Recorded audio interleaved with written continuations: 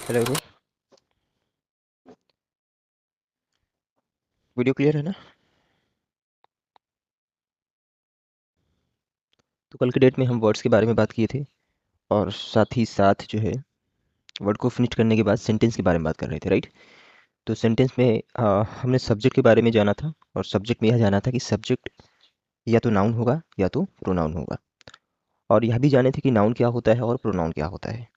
तो नाउन में मैंने बताया था कि नाउन आपका जो होता है वो नेमिंग वर्ड होता है। Noun is the naming words. Naming words मतलब कि संसार में जो भी कोई वस्तु है, व्यक्ति है या कोई प्लेस वगैरह कुछ भी है, एनीथिंग, अगर उसका नाम है तो वो आपका नाउन हो जाता है, और अगर वो नाउन है तो वो सब्जेक्ट है। एंड उसके साथ साथ प्रोनाउन के बारे में बताया था कि प्रोनाउन भी आपका सब्जेक्ट होगा, मतलब दो ही चीज़ होगा। सब्जेक्ट जो होगा आपका वो या तो नाउन होगा और या तो प्रोनाउन होगा। एक मिनट भैया। हेलो। हाँ बताओ। हेलो। हाँ बोलो कुछ।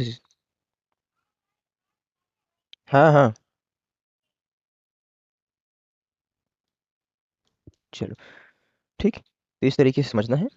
तो प्रोनाउन के बारे में थोड़ा सा एक्सप्लेन करना चाहूँगा, सभी लोग ध्यान देना। नाउन तो पूरी तरीके से प्रॉपर्ली क्लियर हो गया होगा। प्रोनाउन क्या होता है? देखो, प्रोनाउन का काम होता है नाउन की जगह पर प्रयोग होना। ठीक है?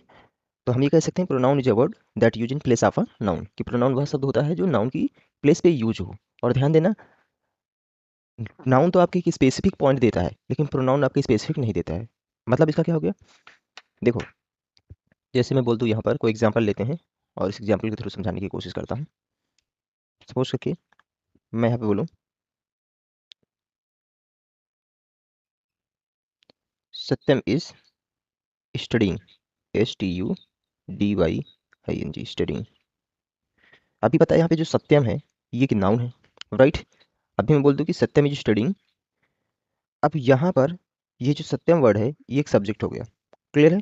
मैंने सब्जेक्ट के बारे में क्या बताया था कि सब्जेक्ट आपका कर्ता होता है, इसे हिंदी में कर्ता बोलते हैं। कर्ता का मतलब ही है कि कार्य करने वाला, कार्य को करने वाला, कार्य मतलब काम। अब जरा यहाँ पर देखिएगा कि देखो, सत्यम इज स्टडिंग। स्टडिंग ये काम है, स्टडिंग मतलब पढ़ाई कर रहा है। कौन कर रहा है? सत्यम कर रहा है। तो काम यहाँ पे क्या हुआ? पढ़ाई करना। तो ये बोला जाए कि सत्यम पढ़ाई कर रहा है। तो यहाँ पर काम पढ़ाई करना है और काम किसके द्वारा हो रहा है? सत्यम के द्वारा हो रहा है। अब मान के चलो फॉर एग्जाम्पल, यहाँ पर मैं इस सत्यम वर्ड की जगह पर, इस नाउन की जगह को कोई अगर प्रोनाउन यूज करूँ तो क्या यूज करूंगा? बोलूंगा ही इज स्टडिंग। देखो, अब यहाँ पे आप ध्यान दीजिए, ये ही वर्ड किसके लिए यूज हुआ? ये ही यूज हुआ था सत्यम के लिए। अभी किसकी जगह पे यूज हुआ? सत्यम की जगह पे यूज हुआ, इस नाउन की जगह पे यूज हुआ। तो इस रीजन से क्या हो गया? प्रोनाउन हो गया। क्लियर है? तो प्रोनाउन कौन कौन से होते हैं? वैसे इस प्रोनाउन आपके लगभग 10 से 11-12 प्रकार के प्रोनाउन आप पढ़ेंगे, बट यहाँ पर बेसिक बेसिक प्रोनाउन के बारे में आपको एक्सप्लेन करूंगा, थोड़ा सा सब्जेक्ट के बारे में आप लोग को पता चल जाए। जिसमें सबसे पहला प्रोनाउन होता है आपका पर्सनल प्रोनाउन। ठीक है? कौन सा प्रोनाउन होता है? पर्सनल। अब इसके बारे में थोड़ा बहुत अच्छे से एक्सप्लेन करना पड़ेगा।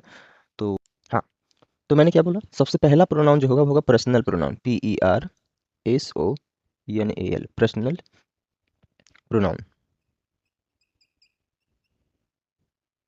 पर्सनल प्रोनाउन, ठीक है? अब ध्यान देना, पर्सनल प्रोनाउन जो होता है वो बेस्ड होता है पर्सन पर। किस पे बेस्ड होता है? पर्सन पे बेस्ड होता है। ठीक है? Based on person. Personal pronoun is based on person. ये पर्सन पे बेस्ड होता है। आप इस लाइन को अच्छे से लिख सकते हो कि पर्सनल प्रोनाउन पर्सन पर बेस्ड होता है। अब दूसरी बात याद रखना, इसको पॉपुलर प्रोनाउन भी बोला जाता है। कौन सा प्रोनाउन? Popular pronoun. अब जो पॉपुलर प्रोनाउन क्यों बोला जाता है?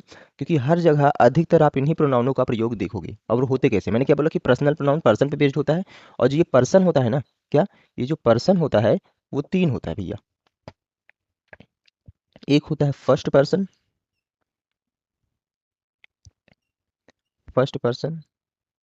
दूसरा होता है सेकंड पर्सन,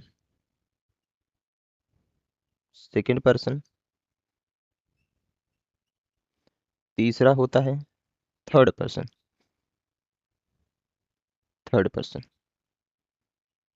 ये तीन पर्सन होते हैं आपके। ठीक है? First person, second person and third person. अब इसमें होता क्या है, इन पर्सन के बारे में समझना बहुत जरूरी है, क्योंकि ये जान लोगे तो आपको वॉइस में भी काफ़ी ज़्यादा हेल्प मिलेगा एंड उसके साथ साथ सेंटेंस मेकिंग में भी काफ़ी ज़्यादा हेल्प मिलेगा। इसलिए पर्सन को जानना बहुत जरूरी है। तो अभी हम क्या करते हैं, थोड़ा सा नीचे रेस करना पड़ेगा। क्लियर है? वो इसलिए क्योंकि पर्सन को यहाँ पे एक्सप्लेन करना पड़ेगा। चलो, तो नीचे याद रखना कि सेंटेंस के दो पार्ट होते हैं, सब्जेक्ट और प्रेडिकेट। सब्जेक्ट क्या होगा, या तो नाउन होगा या तो प्रोनाउन होगा। और प्रोनाउन क्या होता है, नाउन क्या होता है, मैंने ऑलरेडी बता दिया। नाउन आपका कोई भी नाम वाली चीज़ है, कोई भी नाम वाला कोई भी चीज़ हो वो आपका नाउन हो जाएगा। प्रोनाउन क्या होता है, नाउन की जगह पे जो शब्द प्रयोग होता है वो प्रोनाउन होता है। यही प्रोनाउन के बारे में बता रहा हूँ। तो सबसे पहले प्रोनाउन पर्सनल प्रोनाउन होता है, और पर्सनल प्रोनाउन जो होता है वो आपका पर्सन पर बेस्ड होता है। पर्सन तीन प्रकार के होते हैं, first person, second person and third person. Clear है? अभी हम प्रेडिकेट के बारे में बात नहीं की, अभी हम फिर से प्रेडिकेट के बारे में बात करेंगे। थोड़ा से पहले प्रोनाउन के बारे में समझ लेते हैं। देखो, फर्स्ट पर्सन जो होता है वो होता है आपका आई और वी। ठीक है? आई को हिंदी में मैं बोलते हैं, या तो मैंने बोलते हैं, और वी को हिंदी में हम बोलते हैं, या फिर हमने बोलते हैं, हम लोग भी बोलते हैं। ठीक है? अलग अलग कंडीशन में अलग अलग इसका मीनिंग होता है। सेकंड पर्सन केवल एक ही होता है, वो होता है यू। क्या होता है? यू। यू का मतलब होता है तुम या आप। तुम या आप।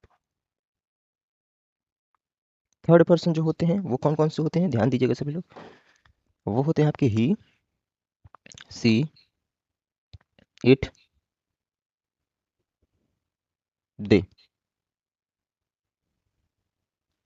ठीक, ये थर्ड पर्सन होते हैं, जहाँ पे ही का मतलब वह होता है। देखो, ही का मतलब मेल वाला वर्जन। ठीक है?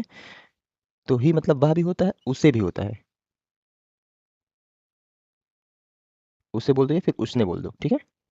उसने। सेम सी का मतलब होगा, सी का मतलब भी वह होगा, उसने होगा।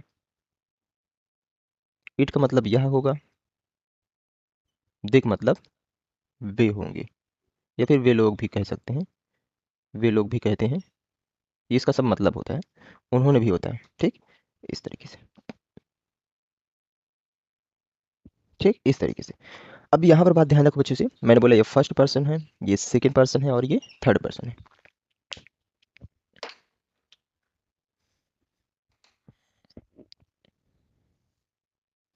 अब इन पर्सन के बारे में समझना, ये सभी हैं प्रोनाउन। सभी क्या हैं? प्रोनाउन। और इन सभी प्रोनाउनों को पॉपुलर प्रोनाउन भी बोला जाता है। ठीक है? इन सभी प्रोनाउनों को पॉपुलर प्रोनाउन भी बोला जाता है। सभी हो ना क्लास में? चलो, समझते चलना, जहाँ पे डाउट होगा पूछ लेना। ठीक है? अभी तक किसी कोई डाउट है? हम्म, चलो देखो आगे। तो ये हो गया आपकी पर्सन। अब पर्सन का मतलब क्या होता है समझ लो। देखो, first person, second person, third person, तीन पर्सन है किसी भी सेंटेंस में। जो फर्स्ट पर्सन होता है वो एक स्पीकर होता है। क्या होता है जी? स्पीकर। स्पीकर होता है। स्पीकर का मतलब क्या होता है? वक्ता। वक्ता, वक्ता मतलब जो बोलने वाला होता है। जो, मतलब ऐसे सिंपल समझो, वक्ता मतलब बोलने वाला, बस काम खत्म। कौन? बोलने वाला। बोलने वाला। ठीक है? वक्ता कौन होता है भैया? बोलने वाला। फॉर एग्जाम्पल, अगर किसी सेंटेंस में आई वी आ रहा है जिसमें बोलो आई एम टीचिंग, तो देखो इसका मतलब क्या है? मैं पढ़ा रहा हूँ। तो मैं बोल रहा हूँ, मैं स्पीकर हुआ। आई एम गोइंग, मैं जा रहा हूँ। आई एम ड्रिंकिंग, मैं पी रहा हूँ। आई एम राइटिंग, मैं लिख रहा हूँ। तो देखो, मैं कोई काम कर रहा हूँ, तो मैं वहाँ पे स्पीकर हुआ, मैं अपने काम को बता रहा हूँ कि मैं इस काम को कर रहा हूँ। ठीक है? और मेरे काम को अगर मान चलो मैं अकेला हूँ तो मैं बोलूँगा, आई बोलूँगा। लेकिन मैं मान लो मैं अकेला नहीं, और भी लोग हैं, दो चार छः लोग हैं। अब बोल दिया जाए कि हम लोग आ रहे हैं, हम लोग जा रहे हैं, हम लोग सुन रहे हैं, हम लोग बोल रहे हैं। तो वहाँ पे प्लूरल फॉर्म के बेस पे आई की जगह पे वी का प्रयोग करेंगे। We are going, we are drinking, we are playing, we are teaching. Right? तो वहाँ पर वी भी आपका क्या होगा? स्पीकर होगा। तो आई वी का काम होता है बोलने का, बताने का, कहने का। ठीक है?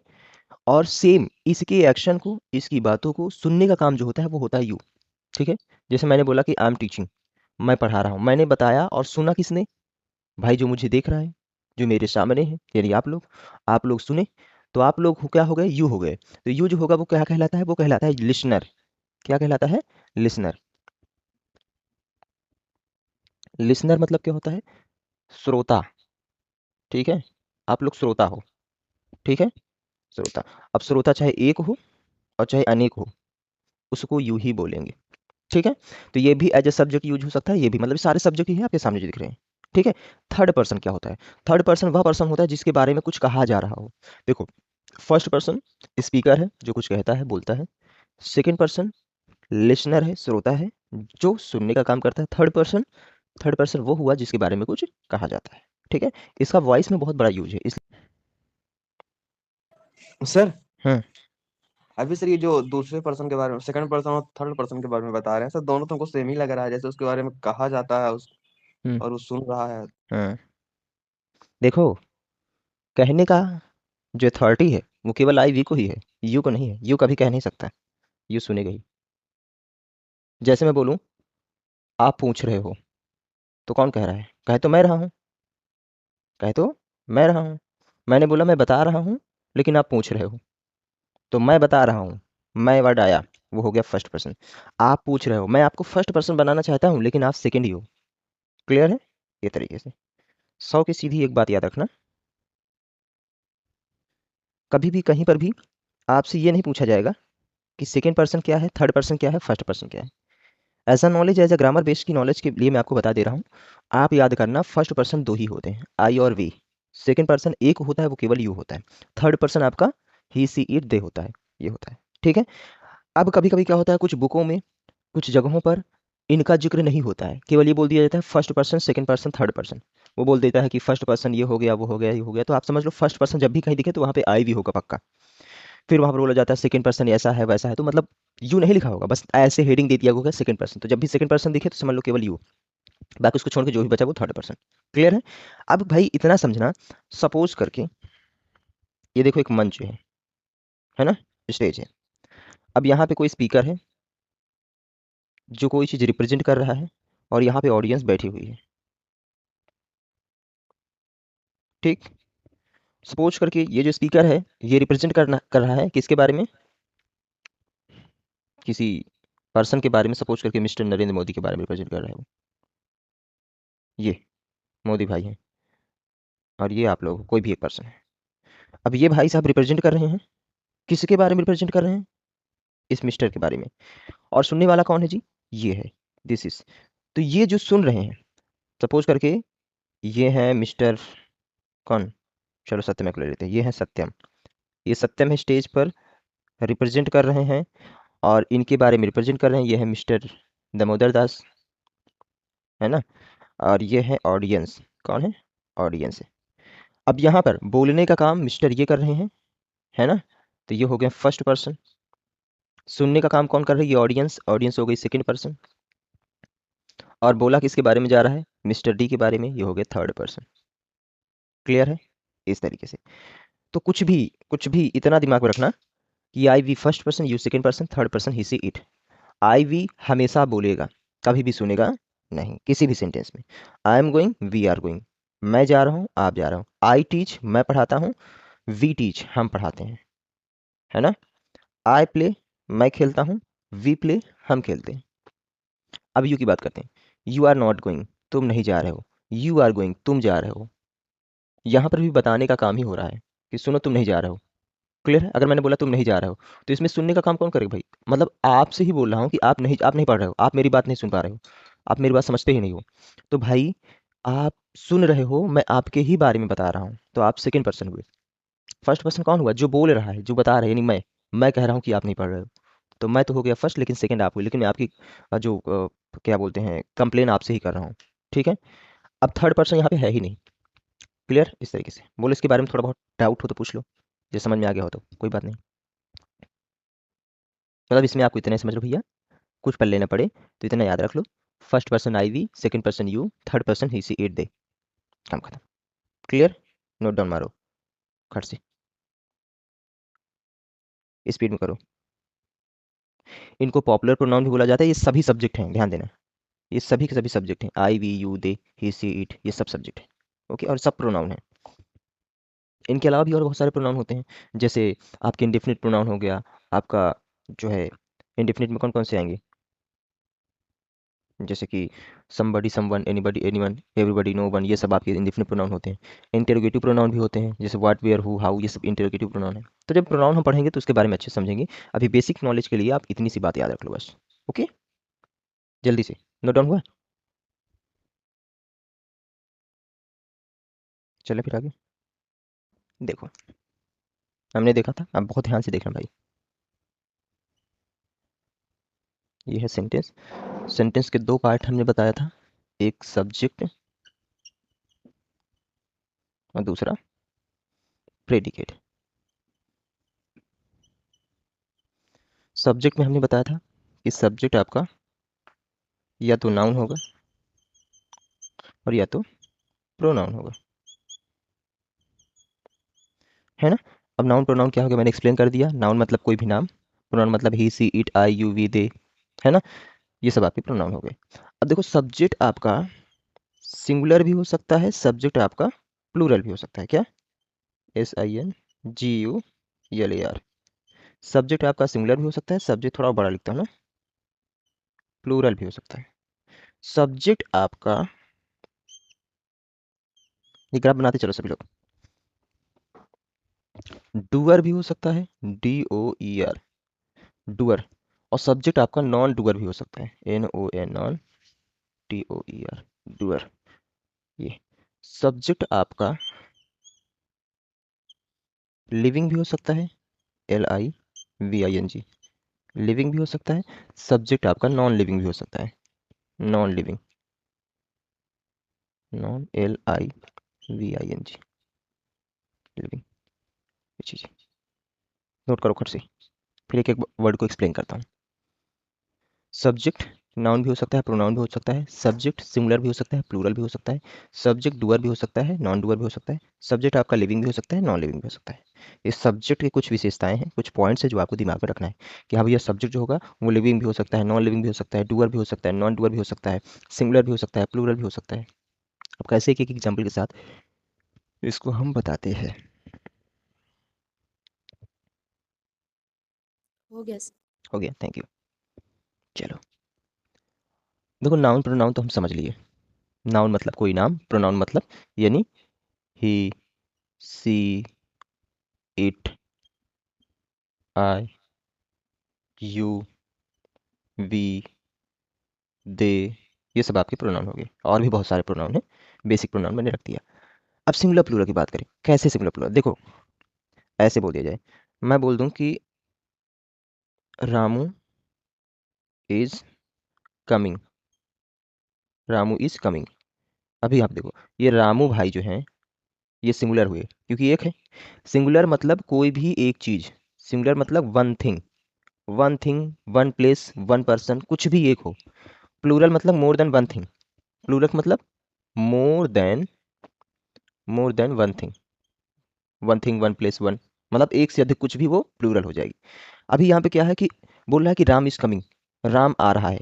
मान लो अभी हम बोल दूं कि राम एंड श्याम, ये भाई लोग दो लोग Ram and Shyam are coming, are coming, COMING, coming. अब देखो यहाँ पर, अभी यहाँ पे केवल एक लोग आ रहे थे, अब यहाँ पे दो लोग हो गए। तो मैंने क्या बोला, एक लोग है, अगर एक कोई भी चीज़ है तो वो सिंगुलर है, और एक से अधिक हुई मोर देन वन, एक से अधिक हुई तो वो प्लूरल हो गई। तो यहाँ पे राम और श्याम क्या हो गए, ये प्लूरल हो गए। क्या हो गए? प्लूरल हो गए। यहाँ पे राम सिंगुलर था और यहाँ पे राम एंड श्याम प्लूरल हो गए। बोलो सिंगुलर प्लूरल क्लियर हुआ? थम्स अप कर दिया करो। Very nice, good. और भी बताता हूँ बातें, हाँ। अब देखो यहाँ सर पे, ये जो सेंटेंस लिखे हैं ये कौन सा टेंस होगा? ये प्रेजेंट कॉन्टिन्यूअस टेंस है ना। अभी हम टेंस भी आगे पढ़ेंगे, टेंस बिल्कुल नहीं पढ़ें। तो देखो यहाँ पे ये जो है ना, ये सिंगुलर वर्ब है, और यहाँ पर जो आर है वो प्लूरल हो गई। ऐसा क्यों? देखो सब्जेक्ट अगर सिंगुलर होगा तो वर्ब भी सिंगुलर लगेगी, सब्जेक्ट अगर प्लूरल हुआ तो वर्ब भी प्लूरल लगेगी। इस बात को दिमाग में रखना है बढ़िया सी गांठ बांध कर। क्या? कि अगर सब्जेक्ट रहा सिंगुलर तो वर्ब भी होगा सिंगुलर, और अगर सब्जेक्ट रहा प्लूरल तो वर्ब भी होगा प्लूरल। तो हमें यह भी जानना है कि सब्जेक्ट सिंगुलर कौन कौन से होते हैं और वर्ब प्लूरल कौन कौन से, सब्जेक्ट प्लूरल कौन कौन से होते हैं। तो इसके लिए आपको ध्यान देना है। सबसे पहले हम इसको करते हैं रफ। नोट करना है क्या? कर लो, करना हो तो। हो गया सर। चलो, बहुत सुंदर काम। थोड़ा सा आपकी जानकारी के लिए हम बताते हैं। अभी हम इसको थोड़े से यहाँ से रफ करेंगे, फिर से इसको लिखेंगे, लेकिन सबसे पहले सिंगुलर प्लूरल के बारे में जान लेते हैं। अच्छा इधर दिख रहा है बोर्ड, मैं खुद देख ले रहा हूँ, आप लोग नहीं तो। सिंगुलर मतलब कोई भी चीज़ एक, प्लूरल मतलब एक से अधिक।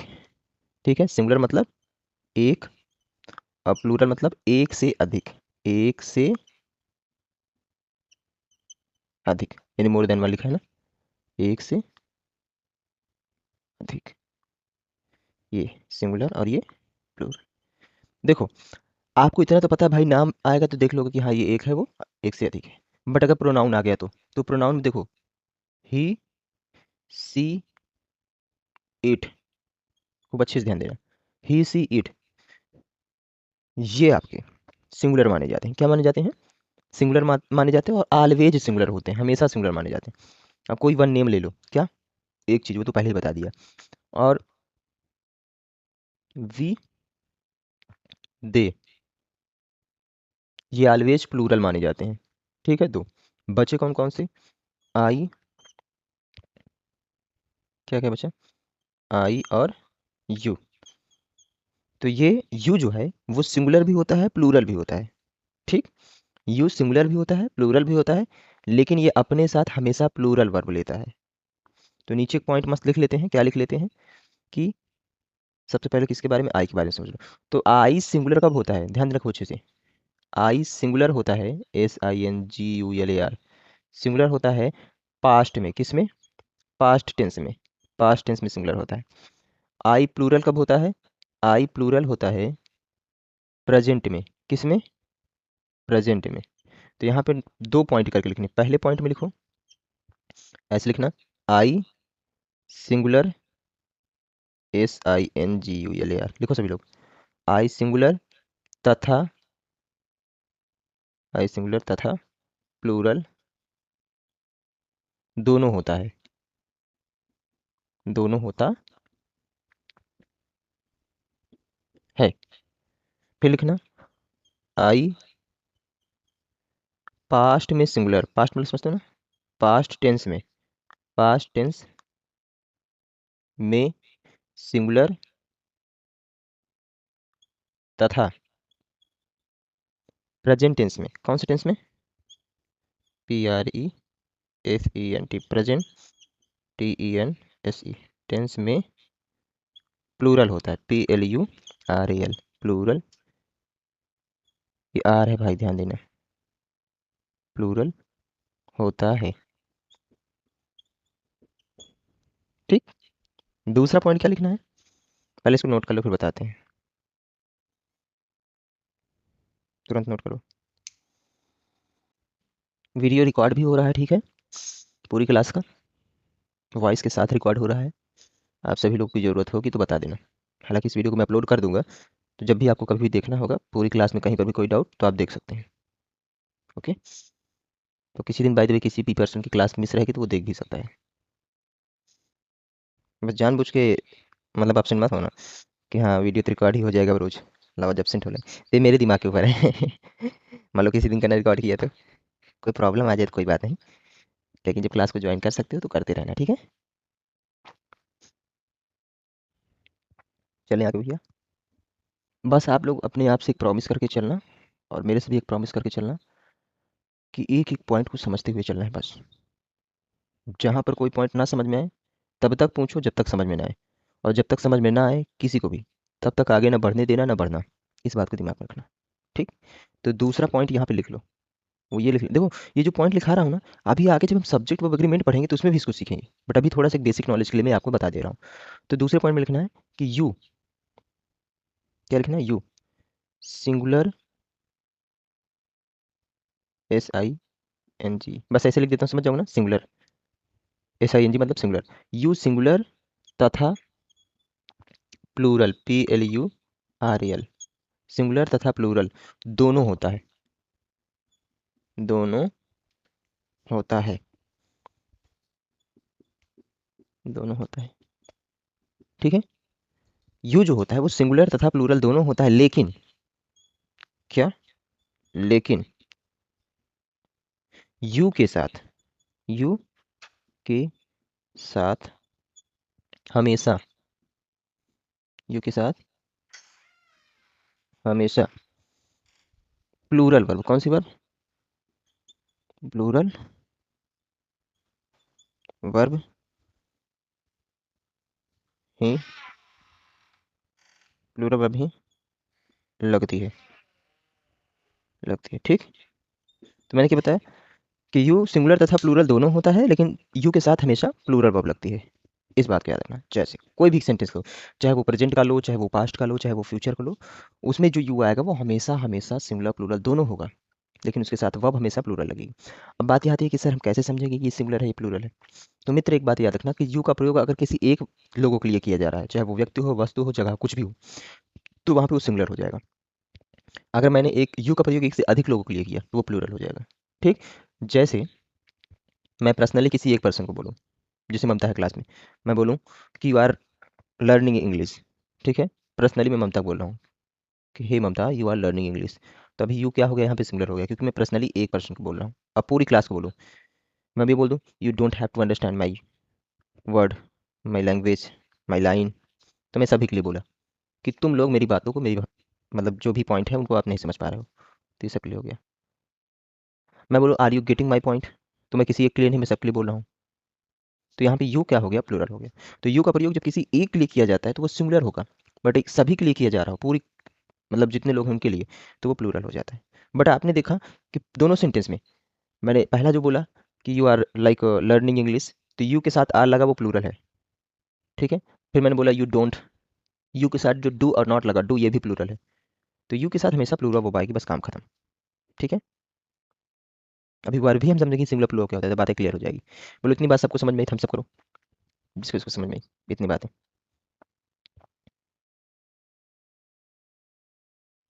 किसी को डाउट हो तो पूछ लो यहाँ तक। देखो थोड़ा सा मैं चीज़ों को बड़ा डीप जाके बताने की कोशिश कर रहा हूँ, इसलिए बड़ी आपको सब मतलब कि जाला माला दिख रहा होगा ठीक है। ये बेसिक नॉलेज है, डीप हाँ जाके सर, बता। ये तो आप बहुत ज्यादा जैसे दिख रहा है। दिख रहा है ना, ऐसा लग रहा है कि भगवान इसको कैसे याद रखेंगे। नहीं सर, सही है। सही है ना, कौन बोला सही, देखिए। सही है सर, इतना तो ऐसा नहीं। संध्या है, रश्मि सही है। जी सर, अच्छा समझ ठीक, में आ रहा है। तो बस ठीक है। अरे यार देखो हमारी बात समझो, एक बार में नहीं अनेक बार में आएगी, लेकिन जब अनेक बार में आएगी तो लंबे समय तक जाएगी, है ना। इसलिए जरा सी भी दिक्कत मत लेना। और बाकी हम आपको स्ट्रक्चर स्टेप देंगे ना। अरे यार सुनो, ये सब्जेक्ट है, अभी फर्स्ट टाइम पढ़ रहा हो, अभी सब्जेक्ट एक ही बार नहीं पढ़ोगे।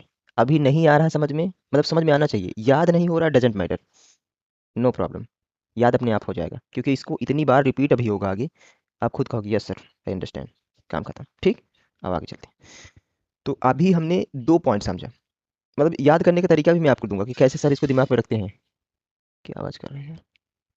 हाँ, तो किस तरीके से याद करना है मैं बताता हूँ। अभी हम केवल इसको क्या समझे, देखो मैंने एक एक पॉइंट को मैं किस तरीके से एक्सप्लेन कर रहा हूँ, दिमाग में रखना। मैंने नाउन प्रोनाउन पहले बता दिया, तो हमने समझा क्या समझा कि सब्जेक्ट या तो नाउन होगा या तो प्रोनाउन होगा। फिर मैंने सिंगुलर प्लूरल बता दिया, फिर आपने समझा कि सब्जेक्ट सिंगुलर भी होगा प्लूरल भी होगा। सिंगुलर में ही सी इट ऑलवेज सिंगुलर होता है, वी दे ऑलवेज प्लूरल होता है, आई यू सिंगुलर प्लूरल दोनों होते हैं। अब आई यू सिंगुलर प्लूरल कब होते हैं मैंने लिखा भी दिया, है कि नहीं। अब इसके बाद सिंगुलर प्लूरल खत्म, सिंगुलर प्लूरल खत्म। फिर उसके बाद हमने क्या पढ़ा था कि सब्जेक्ट जो होता है वो आपका डूअर भी होता है नॉन डूअर भी होता है, यही है ना। चलो फिर हमने क्या पढ़ेंगे कि जो सब्जेक्ट आपका होता है, कितने पॉइंट, पहला पॉइंट, दूसरा पॉइंट, है ना, तीसरा पॉइंट। तीसरे पॉइंट में क्या है, सब्जेक्ट आपका डूअर भी होगा और सब्जेक्ट आपका नॉन डूअर भी होगा। आप समझना, डूअर नॉन डूअर। डूअर का मतलब होता है मित्र जिसके अंदर एक्शन हो रहा हो, जिसके अंदर मूवमेंट हो रहा हो। नॉन डूअर का मतलब होता है ठीक उसका उल्टा, ठीक। अब देखो एग्जांपल, मैं बोल दूं मैं लिख रहा हूं, मैं लिख रहा, मैं लिख रहा हूं। अब देखो तो यहाँ पे आई एम राइटिंग, WRITING। अब देखो आई वर्ड यहाँ पे ये सब्जेक्ट है। अब यहाँ पर देखो आई जो है वो डूअर होगा कि non doer, doer non doer का मतलब समझ लो। डूअर का मतलब होता है जिसमें मूवमेंट हो रहा हो, मूवमेंट का मतलब समझ लो जो हिल रहा हो, डोल रहा हो, कुछ कर रहा हो। मतलब हम कह सकते हैं एक्शन क्रिएटर ही होता है, एक्शन को करने वाला। सब्जेक्ट होगा, डूअर होगा, एक्शन को कर रहा होगा। नॉन डूअर में क्या होगा, नॉन मूवमेंट, मूवमेंट नहीं कर रहा होगा। एक्शन तो हो रहा होगा लेकिन ये आलसी जैसे पड़ा होगा, एक्शन इस पे हो रहा होगा, ये एक्शन को नहीं कर रहा होगा। और अच्छे से समझो। तो यहाँ पर सबसे पहले समझेंगे कि आई आपका डूअर है कि नहीं। देखो भाई मैं लिख रहा हूँ तो मैं लिखते वक्त मेरी बॉडी का पार्ट काम कर रहा है कि नहीं। तो सब की सीधी एक बात याद रखना कि जब किसी काम को करने में अगर आपकी बॉडी का पार्ट्स वर्क कर रहा है तो समझ लो वहाँ पर वह सब्जेक्ट डूअर होगा, और बॉडी का पार्ट्स वर्क नहीं कर रहा है तो वो नॉन डूअर होगा। तो मैं लिख रहा हूँ यानी आई, मेरा, मैं लिख रहा हूँ तो मेरी बॉडी का पार्ट्स काम कर रहा है मतलब मैं डूअर हुआ। तो यहाँ पे आई क्या है, डूअर है ना। और देखो आगे, आई एम टीचिंग, एम टीचिंग, मैं पढ़ा रहा हूँ। क्या पढ़ा रहा हूँ, आई एम टीचिंग। चलो मान लो मैं पढ़ा रहा हूँ, तुम्हें पढ़ा रहा हूँ, वाई ओ यू, लो आई एम टीचिंग यू, मैं तुम्हें पढ़ा रहा हूँ। इसका मतलब ये हो गया, आई मतलब मैं, एम मतलब हूँ, टीचिंग मतलब पढ़ा रहा, यू मतलब तुम्हें। तो मैं तुम्हें पढ़ा रहा हूँ, मैं तुम्हें पढ़ा रहा हूँ। ठीक, हिंदी भी लिख लेते हैं अच्छे, मैं तुम्हें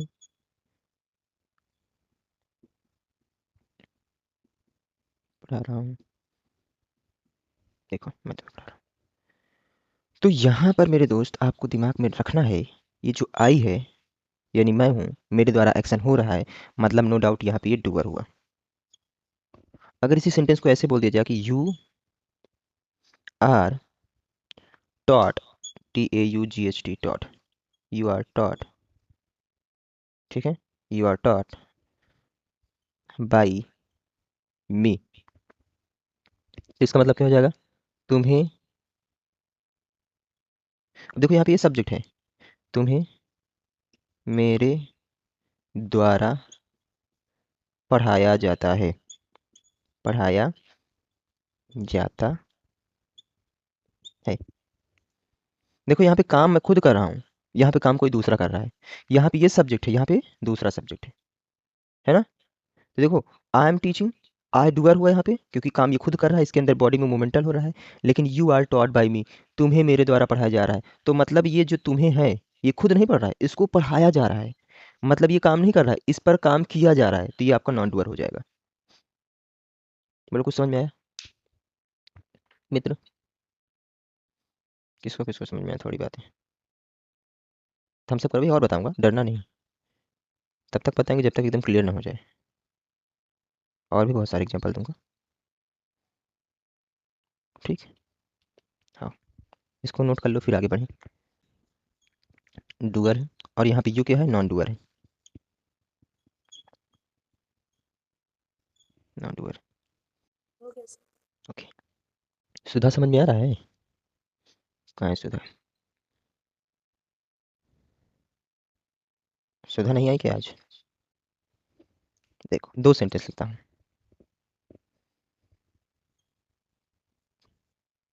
तुम तुम खा रहे हो, तुम तुम खा रहे हो। तो यहाँ पे देखो तुम खा रहे हो और दूसरा है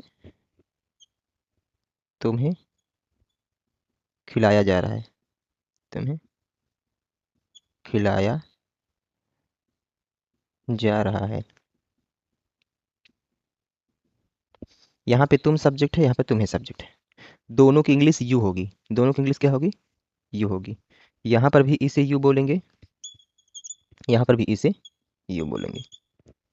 बस एक में देखो तुम खा रहे हो, दूसरे में तुम्हें खिलाया जा रहा है। तो यहाँ पर बताएंगी राधा, राधा बताओ इसमें डूअर कौन सा है, नॉन डूअर कौन सा है, सब्जेक्ट।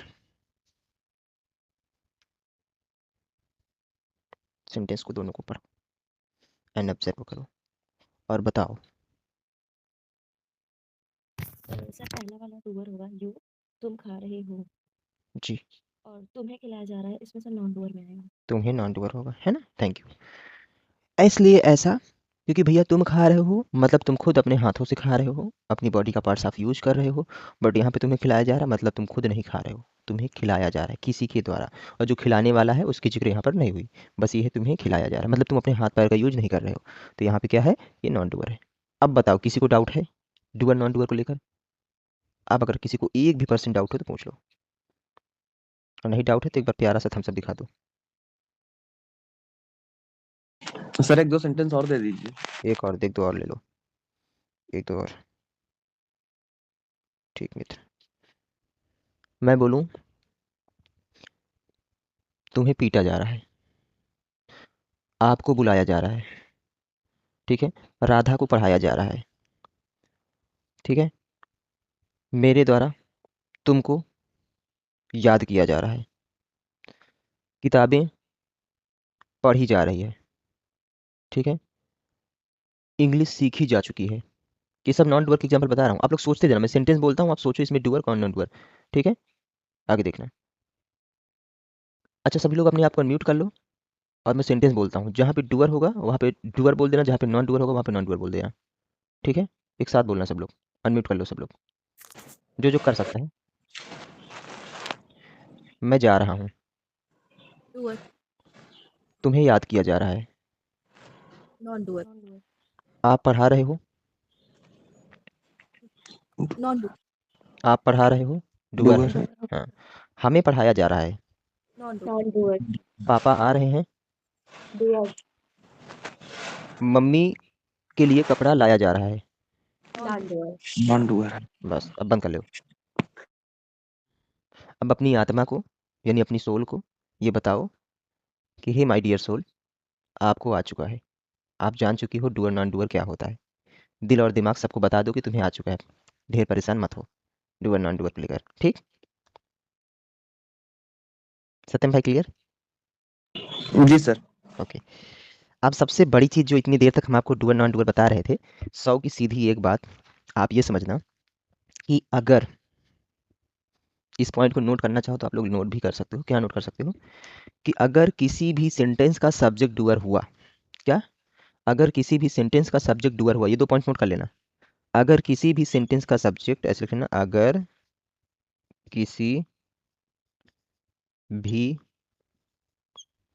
अगर किसी भी सेंटेंस SENTENC सेंटेंस का सब्जेक्ट SUBJECT सब्जेक्ट यानी कर्ता, सब्जेक्ट डुअर हुआ, DOEER डुअर हुआ, तो वह एक्टिव वॉइस कहलाएगा। कौन सा वॉइस? AV एक्टिव वॉइस होगा या कहलाएगा।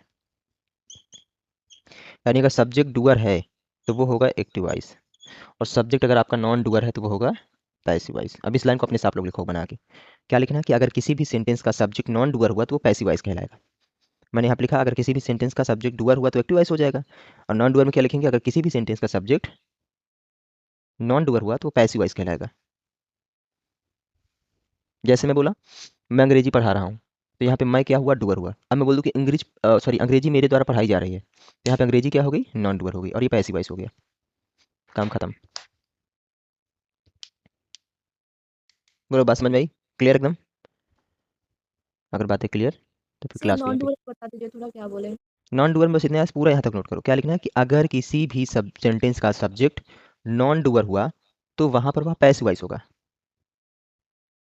अगर किसी भी सेंटेंस का सब्जेक्ट नॉन डुअर हुआ तो वह पैसिव वॉइस होगा। पूरा इसी को नोट कर लो। डुअर की जगह पे नॉन डुअर कर दो, एवी की जगह पीवी कर दो, बस काम खत्म। ठीक, सारी बातें रिवाइज रखना। मिलते हैं कल, आज के लिए इतने। Bye bye everyone. Thank you sir. Welcome.